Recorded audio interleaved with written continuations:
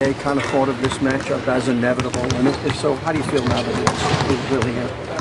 I mean, it's gonna be a great series. You got two high-powered offenses, two extremely talented teams. Yeah, so we expect it to be a great showdown.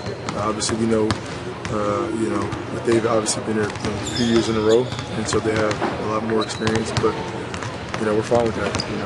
We've been having that great mindset all year, just of going out there and being the best Houston Rockets team we can be, and letting things play out. You never know how shape the team will be in or how you're playing at the time you get to this point. Are you pretty happy with how things have worked out? Yeah, they worked out exactly how we planned it, how we worked from the summer. Just with the communication and just building and the steps and the details, and just it took a lot for us to get to where we are today. Obviously, we have a long way to go still, but we're in pretty good spirits right now. You win all the games during the regular season to get home court. Obviously, it's important to hold that court these first two.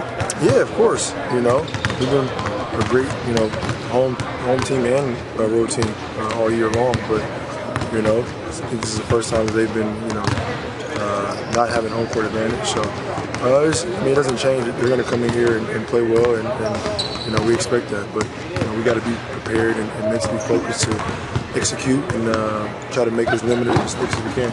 James, Steve Kerr said that D'Antoni's system changed the NBA. Do you agree with that? Sure. But everybody wants to shoot threes?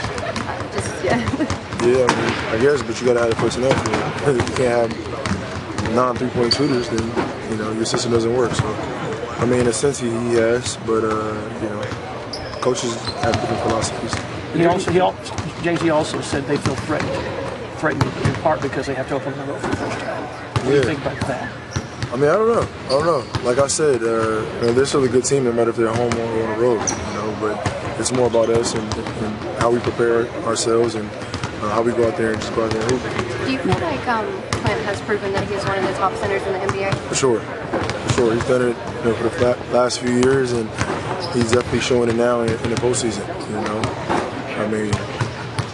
You got guys that just are comfortable with being in the NBA, and you got guys that want to actually have a legacy, and Clint's one of those guys. James, during the news conference at the postgame, we see you looking down at the stats. Is there one number other than the score that you really look for on that stat sheet when you're looking at that? Turnovers. I did a terrible job last two games in that Utah series to turn the basketball over. But for us, I think just limiting our turnovers, that gives teams extra possessions, and it gives us more opportunities to score as well. So I think we're number one right now in the postseason and controlling the basketball. So that's probably the number one thing that I look at. One of our viewers was wondering about the band on your wrist. Is there any one that is it the same message all the time, or is it one that you like better than others? Or? God is big enough. Pretty much simplifies it. The way they get out and run, especially off of turnovers, does that make that part of the game even more important? Yeah. Especially in their building? That's it right there. They're number one in transition, whether it's the three ball or getting layups. So you don't turn the basketball over, you make them try to play in half court as much as possible to give yourself a chance. But if you're turning the basketball over, taking bad shots, they're getting out, they're getting their swag up and things like that. And that goes for us too, So it's the same thing. San Francisco paper asked me to ask you about your recollections of practicing against KD. I guess KD and Russ while you were in that second unit. What comes to your mind when I bring that up? I was trying to go after them. I was trying to kill every opportunity I get, And they were doing the same thing. We were all young at the time. We loved the hoop, and we still love the hoop. But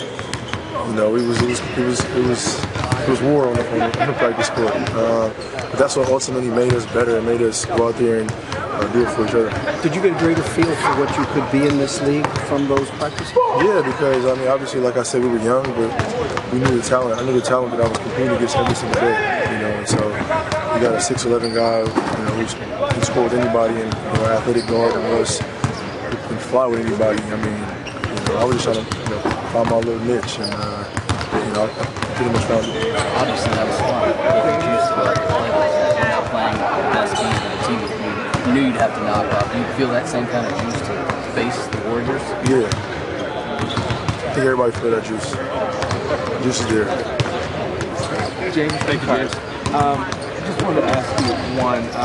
You guys obviously isolate a ton and it works for you guys. You guys hunt switches as best you can. It seemed like you guys were trying to get stats on an island at the end of a lot of games there. How aggressive should you be, can you be in terms of trying to hunt exactly who you want so you guys for things? We're just going to watch film and try to find ways to attack them offensively. And I mean, take our shots, play unselfish. Pretty simple. Thanks, man. Thank you, James.